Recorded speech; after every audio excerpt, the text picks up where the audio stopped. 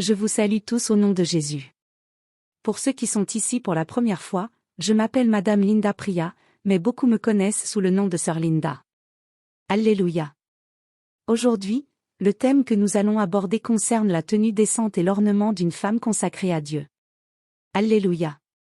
La tenue sainte ne concerne pas les femmes vivant dans le péché, mais celles qui sont véritablement saintes. Alléluia. Par la grâce de Dieu, je vais avancer rapidement à cause du temps, mais je prie que vous retiriez quelque chose de ce message. Je veux ouvrir vos yeux. Comme je l'ai déjà dit avant de chanter, il existe aujourd'hui dans le monde de nombreux pasteurs que Satan a suscités et auxquels il a donné du pouvoir pour tromper les gens.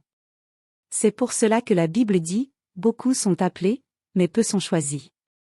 Car les vérités qui doivent nous conduire au ciel, les doctrines essentielles, beaucoup ne les connaissent pas. Certains les ont entendues, mais refusent d'y croire parce qu'ils se trouvent dans la mauvaise dénomination, sous la mauvaise direction. Certains pasteurs ont même passé des accords, pris des engagements avec Satan, ils demandent pouvoir et richesse, et Satan leur répond, « Si je te donne la puissance, la renommée et l'argent, tu ne diras pas la vérité. » Car il est le père du mensonge. Il leur dit de mélanger la vérité avec l'erreur, parler de Jésus, mais enseigner aux gens ce qu'il veut que le monde suive. Ainsi, ce que je vais partager aujourd'hui sera peut-être nouveau pour vous. Vous ne l'avez peut-être jamais entendu dans votre église ou dans tout votre parcours chrétien.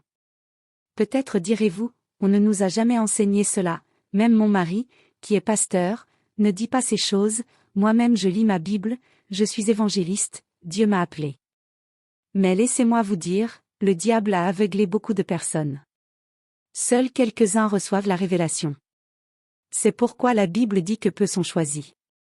Remerciez Dieu d'être encore en vie pour connaître la vérité ici, avant d'avoir à la découvrir dans l'au-delà. Si aujourd'hui je vous parle de l'habillement, c'est parce que j'ai eu une rencontre spirituelle en 2013 qui a bouleversé ma vie. Je ne me soucie plus de ce que les gens disent.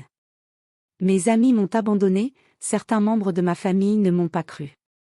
Ils disaient que j'étais malade, que je délirais, parce que ce que je racontais était un mystère dans notre pays, la Sierra Leone. Cela n'était jamais arrivé. Des pasteurs, que je croyais solides dans la parole et capables de confirmer mon témoignage, furent ceux qui dirent, « Cette femme doit mourir, sinon elle va bouleverser nos églises. » Je veux vous dire que, dans beaucoup de dénominations, l'objectif principal des dirigeants est de vous exploiter, de faire de l'argent. Pour eux, c'est une affaire, ils ne cherchent pas réellement à vous conduire au ciel. S'ils voulaient votre salut, ils prieraient avant de prêcher chaque message. Le Seigneur dit que beaucoup vous utilisent pour payer leur loyer, les frais scolaires de leurs enfants, leur maison, leur voiture. Ils vous disent donc ce que vous voulez entendre. Et certains parmi vous ne veulent pas non plus écouter la vérité. Mais je prie que vous l'acceptiez maintenant, car vous ne savez pas quand vous mourrez. Quand nous étions dans l'état d'Edo, j'aimais chanter un cantique qu'une sœur m'avait envoyé. J'ai appris plus tard que la chanteuse était décédée. J'ai cherché sur Internet, j'ai vu sa manière de s'habiller et j'ai pleuré. Elle chantait bien, mais elle est partie rencontrer son sort éternel. La lamentation que vous pousserez quand les saints auront été enlevés, faites-la maintenant, tant qu'ils sont encore là. Après l'enlèvement, elle n'aura plus de sens. Elle ne savait pas qu'elle ne verrait pas l'enlèvement. Quand on vous dit de vous repentir, certains jouent avec leur vie, j'ai 20 ans. 30 ans, je viens de me marier, j'ai 50 ans, le médecin dit que je suis en bonne santé. Mais qui vous a dit que la mort prévient? Vous vous rassurez, ma tension est bonne, mon taux de sucre est bon, je vais bien. Donc je ne vais pas mourir maintenant. Ma sœur, prépare-toi. Un jour viendra. Tout le monde doit affronter un jour, celui de l'enlèvement, ou celui de la mort, qui ne sera pas annoncé à l'avance. Le jour que ce soit celui de la mort ou de l'enlèvement ne vous préviendra pas. C'est pourquoi tout ce que Dieu vous a demandé de ne pas faire, abandonnez-le. Priez avec sérieux, car les forces spirituelles présentes sur la terre ne veulent pas que nous parvenions à la perfection ou à la sainteté. Elles s'acharnent particulièrement contre les femmes. Vous avez entendu la prédication du Père tout à l'heure, vous voulez aller au ciel, mais des forces combattent votre progrès, que ce soit dans votre foyer, à l'église ou dans votre façon de vivre. Souvent, vous faites ce que vous ne voulez pas faire. Beaucoup de femmes, après la révélation de 2013, avait abandonné certaines pratiques. Mais aujourd'hui, je vois certaines revenir au maquillage. Il fait chaud, je transpire, je vais mettre un peu de poudre. Satan rit de cela. Il dit, fini et viens ici. Car c'est vous qui changez, pas Dieu. En 2013, certains disaient, Jésus est amour, donc je peux arranger un peu mon coup. Mais c'était déjà une tentation du diable. Par la grâce de Dieu, remerciez le Seigneur d'être encore en vie pour vous repentir au nom de Jésus.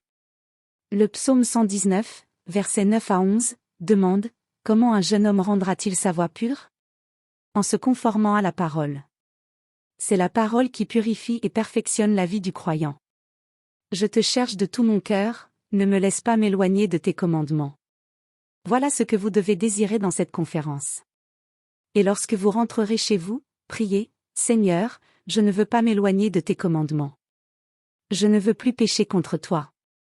Aide-moi. Que ce que dit le monde ne m'importe plus, leurs moqueries, leurs critiques, qu'elles viennent de ma famille, de mon mari, de mes amis, donne-moi la grâce de ne plus en tenir compte. Alléluia. C'est pour cela que vous devez prier pendant cette conférence. J'ai serré ta parole dans mon cœur afin de ne pas pécher contre toi.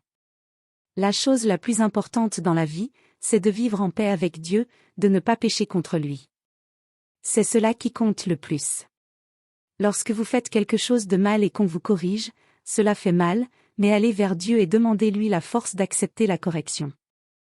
Le chemin le plus paisible sur terre est celui où l'on choisit de ne plus pécher contre Dieu. Décidez dès aujourd'hui de vivre une vie qui ne offense pas Dieu. Sinon, vous vivrez constamment dans le péché et la désobéissance. Mes sœurs, mes mères dans le Seigneur, je vous le dis, vous pleurerez si vous continuez ainsi. On pêche contre Dieu lorsqu'on prend ses commandements à la légère, lorsqu'on lui résiste. Certaines sont trop obstinées. Dieu dit d'enlever ce qui est impur de votre corps, mais vous gardez votre alliance. Vous retirez certaines choses, mais gardez ce qui vous semble trop précieux. Vous donnez des habits, mais vous conservez le pagne le plus cher, même s'il est issu des modes du monde, parce que son prix vous retient. Vous le gardez dans votre sac en attendant de le remettre un jour, mais vous savez que cela déplaît à Dieu. C'est de la désobéissance. Quand Dieu dit de faire une chose, vous en faites une autre. Quand l'Église interdit quelque chose, vous faites le contraire. Beaucoup luttent avec cela. Avant le début de la conférence, je me suis trouvé dans la même difficulté.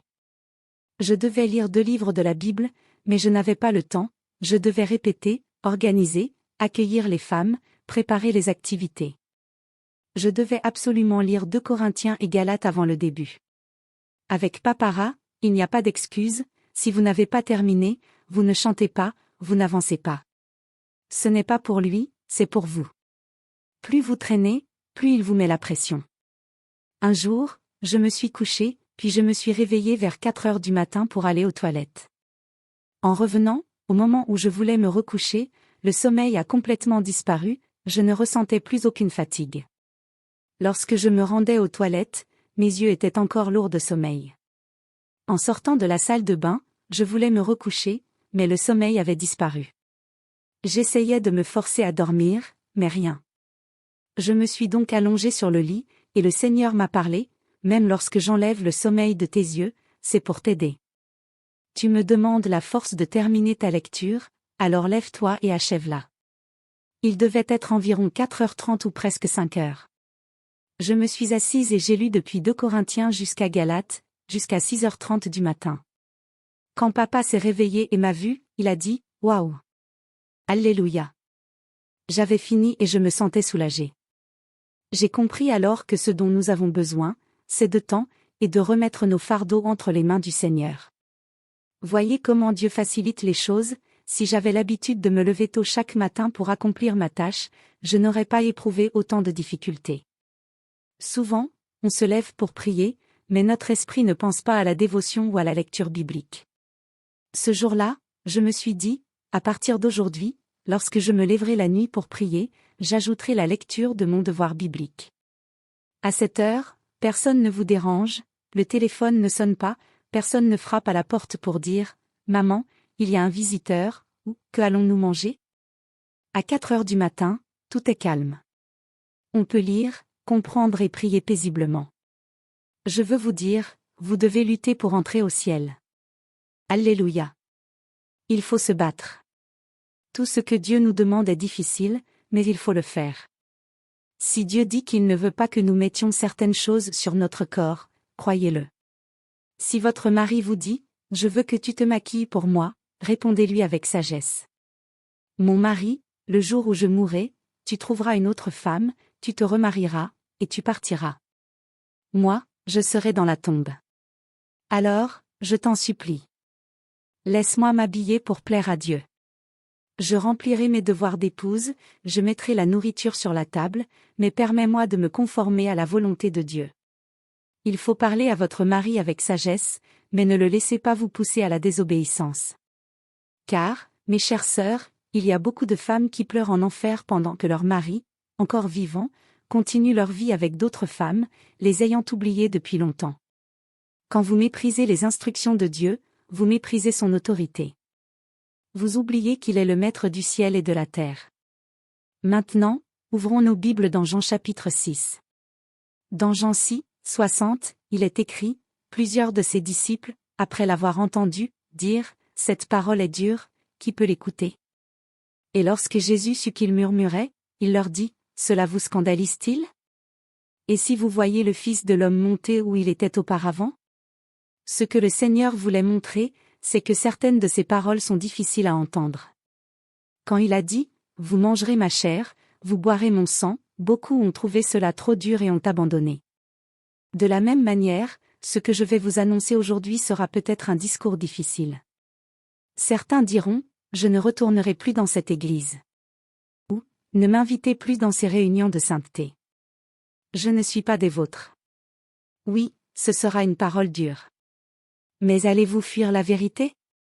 Vous pouvez la fuir maintenant, rentrer chez vous, dire que vous n'y croyez pas, ou décider de laisser tomber la sainteté.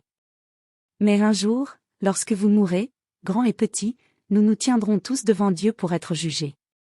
Et ce message fait partie des choses par lesquelles Dieu jugera le monde. Tout ce que nous portons sur notre corps, tout ce qu'il n'approuve pas, il le jugera. Prenez donc la décision de croire la vérité et priez pour recevoir la grâce de l'accepter. Alléluia. Il existe un style vestimentaire pour la femme pieuse, une femme tournée vers le ciel. De même qu'il existe un uniforme pour les soldats, pour les policiers, pour les élèves selon leur école, il existe une manière de s'habiller pour celles qui veulent appartenir au Seigneur. En tant qu'Église, en tant que chrétiens nés de nouveau, chrétiens envoyés du ciel et tournés vers le ciel, le Seigneur nous a donné des principes et des directives sur la manière dont une femme sainte doit s'habiller. Une femme pieuse a un style précis de tenue à respecter. Vous pouvez être chrétienne et choisir votre façon de vous habiller, mais si vous voulez entrer au ciel, il y a des règles. Jésus a dit, « Si vous voulez être mon fils ou ma fille, gardez mes commandements, faites ce que je dis, retirez ce qui est impur de votre corps. » Si vous pensez pouvoir bricoler votre chemin vers le ciel, je jeûne, je prie, j'ai des visions, Dieu me parle, cela ne suffit pas. Dieu peut vous utiliser, mais si votre vie n'est pas véritablement sanctifiée, vous ne serez qu'un échafaudage. Utile temporairement, mais jeté une fois le travail terminé. Comme un échafaudage sur une maison, utilisé par le peintre ou le plâtrier, puis démonté et laissé de côté. De nombreuses personnes dans l'église paient la dîme, chantent dans la chorale, soutiennent le pasteur, achètent des voitures, participent à l'évangélisation, mais si elles ne sont pas réellement sanctifiées, elles ne sont que des échafaudages aux yeux de Dieu.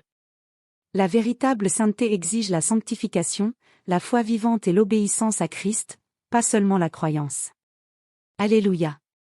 Aujourd'hui, je vais parler du vêtement d'une femme pieuse, de ce qui est approprié et de ce qui ne l'est pas. Même parmi les enfants de Dieu, certains comportements sont comme un parasite sur le corps, inacceptables aux yeux de Dieu. Je vais vous montrer, à travers les Écritures et des exemples concrets, où se trouvent les tromperies. Il ne s'agit pas de critiquer des pasteurs individuellement, mais de montrer que partout dans le monde, pas seulement au Nigeria, le diable a donné du pouvoir à certains dirigeants pour tromper les croyants, hommes et femmes.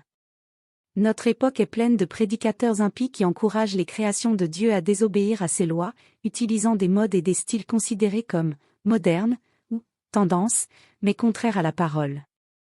Certains pasteurs incitent à s'habiller d'une certaine manière. Il n'y a rien de mal, par exemple, à porter un pantalon, mais beaucoup interprètent mal la Bible et confondent mode et sainteté. Dans mon expérience personnelle, mon ancien pasteur me complimentait sur la manière dont je me présentais à l'église. Il regardait mon apparence avec attention, ma coiffure, ma tenue, et même des détails comme la manière dont je faisais mes cheveux. Mais ces compliments ne signifient pas que l'on peut ignorer les principes de Dieu. Je vais donc vous montrer, à travers des images et un court extrait vidéo d'un pasteur, comment certains enseignements séduisent les gens avec des paroles agréables mais contraires à la sanctification. Les chrétiens nés de nouveau, faibles dans leur foi, peuvent être facilement influencés et finir par désobéir à Dieu. Beaucoup lisent la Bible mais l'interprètent à leur manière. Par exemple, concernant la tenue vestimentaire, Deutéronome 22, 5 dit « La femme ne portera pas ce qui appartient à l'homme, et l'homme ne portera pas de vêtements de femme, car quiconque agit ainsi est une abomination pour l'Éternel ton Dieu. » C'est une directive claire sur la différence des vêtements entre hommes et femmes, et elle ne doit pas être ignorée. Beaucoup de gens, y compris des professeurs et des docteurs titulaires de PhD, lisent ce passage et en tirent des opinions erronées parce qu'ils négligent le contexte global du texte. Dans cette interprétation, on suppose à tort que ce qui appartient à la femme serait exclusivement féminin, ce qui appartient à l'homme, exclusivement masculin. C'est une hypothèse, pas un enseignement biblique. Le mot « jupe » n'apparaît même pas dans le verset, et le texte ne dit pas que seules les femmes peuvent porter une jupe. On pourrait même imaginer porter une jupe comme un homme le ferait en Écosse, avec chemise et cravate. Le passage ne dit donc pas que le pantalon est réservé aux hommes ou que la jupe est réservée aux femmes. Ce sont des suppositions humaines. Dieu ne l'a jamais précisé. La Bible nous montre cependant des principes sur la nature et le respect de l'ordre naturel. Par exemple, dans 1 Corinthiens 11, 14, il est écrit « La nature elle-même ne vous enseigne-t-elle pas que si un homme a les cheveux longs, cela lui fait honte ?» Ce verset indique que même si Dieu n'a pas parlé explicitement du pantalon ou de la jupe, la nature peut nous enseigner ce qui est approprié. De même, nous devons respecter l'ordre et l'autorité dans nos vies. Un enfant apprend à ne pas parler de manière irrespectueuse à ses aînés, et une épouse doit apprendre à ne pas parler de manière irrespectueuse à son mari. Le respect de l'ordre naturel et spirituel est un principe biblique. Pour illustrer cela, prenons l'exemple des personnes transgenres, qui modifient leur apparence et leur manière de s'habiller pour correspondre à un autre genre que celui dans lequel elles sont nées. Une femme qui veut devenir un homme doit abandonner les vêtements féminins pour adopter des habits masculins, et un homme qui veut devenir une femme doit faire l'inverse. La nature elle-même enseigne que pour être reconnue socialement comme femme, la personne doit porter des vêtements féminins. Ainsi, le passage de Deutéronome ou d'autres textes similaires ne dit pas que les hommes ne doivent pas porter de jupe, ni que les femmes ne doivent pas porter de pantalon. Les gens interprètent cela à tort et créent des règles qui n'existent pas dans la Bible. En réalité, il s'agit de comprendre le principe sous-jacent, il faut respecter la distinction naturelle et appropriée entre hommes et femmes dans leur apparence et leur tenue, conformément à la nature et aux principes divins. Les pasteurs ou enseignants qui prétendent que certains vêtements sont exclusivement pour les hommes ou pour les femmes peuvent induire en erreur, car Dieu n'a jamais donné cette instruction de manière absolue. L'important est de comprendre la logique de la création et le respect des principes de Dieu, et non de suivre des traditions humaines mal interprétées. Regardez cet exemple. Ici, on voit un homme et une femme. Pourquoi certaines personnes disent que c'est une femme? Parce qu'il a les cheveux longs? Mais c'est toujours un homme. Cet homme portait du blanc avant et maintenant il se transforme en femme, portant les cheveux longs, comme le dit 1 Corinthiens 11, 14, la nature elle-même ne vous enseigne-t-elle pas que si un homme a les cheveux longs, cela lui fait honte? Je montre ces exemples non pas pour dire que ces personnes sont parfaites, mais pour vous prévenir et vous éviter d'être trompés. Dans le monde actuel, beaucoup prétendent qu'il existe des pantalons pour hommes et des pantalons pour femmes, des jupes pour hommes et des jupes pour femmes, et vous disent que porter l'un ou l'autre serait un péché. Mais observez bien, certaines personnes se déguisent pour tromper les autres, par exemple une femme qui se fait passer pour un homme en portant des habits masculins. Cela montre que ce n'est pas le vêtement en soi qui est mauvais, mais l'intention et l'effet sur ceux qui regardent. Dieu nous a donné le discernement pour savoir ce qui est bon et ce qui est mauvais. Si vous portez des vêtements inappropriés ou provoquants, vous pouvez être source de tentation pour les autres. Certains enseignent aujourd'hui que le simple fait de porter un pantalon pour femme ou pour homme entraîne la damnation, mais c'est une tromperie. La Bible dit clairement dans 1 Thessaloniciens 5, 22, « Abstenez-vous de toute apparence de mal ». Cela signifie que tout ce qui peut sembler mauvais ou causer un scandale doit être évité. Par exemple, mettre du maquillage léger ou des vêtements provoquants peut détourner l'attention des autres et les pousser au péché. Même si la Bible ne donne pas de modèle précis de vêtements, elle établit des principes. Les vêtements doivent couvrir le corps pour ne pas être une occasion de chute pour autrui. Ils doivent glorifier Dieu et non susciter le désir ou l'envie chez les autres. Une femme chrétienne doit s'habiller de manière à ne pas provoquer la convoitise d'un homme ou l'envie d'une autre femme. Si une personne cause la chute de quelqu'un d'autre par son apparence ou son comportement, elle peut être responsable devant Dieu de cette faute, même indirectement. C'est pourquoi le style vestimentaire chrétien doit être choisi avec prudence et sagesse, afin de ne pas nuire aux autres et de respecter les principes bibliques. Vous êtes ici, stressé par le travail et les exigences de votre bureau. Par exemple, dans certains endroits, on vous critique pour votre tenue, tu portes une jupe trop courte. Je me rappelle une sœur de la Deeper Life avec qui j'allais à la banque. Elle était amie avec moi et m'aidait souvent.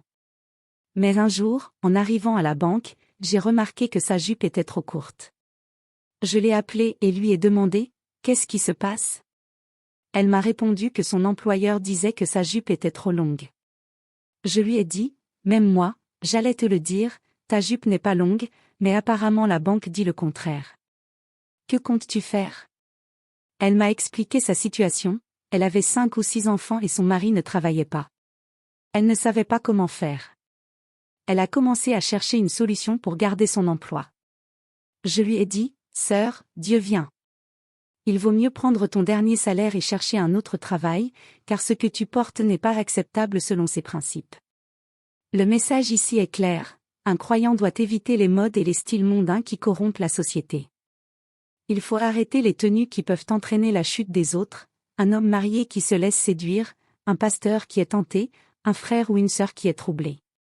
Évitez les vêtements provoquants ou suggestifs, car ils peuvent causer des scandales et semer la confusion parmi les croyants. C'est pour cela que l'on voit tant de problèmes dans le monde. La tenue vestimentaire a un impact spirituel et social important, et il est crucial de s'habiller de manière qui honore Dieu et protège autrui.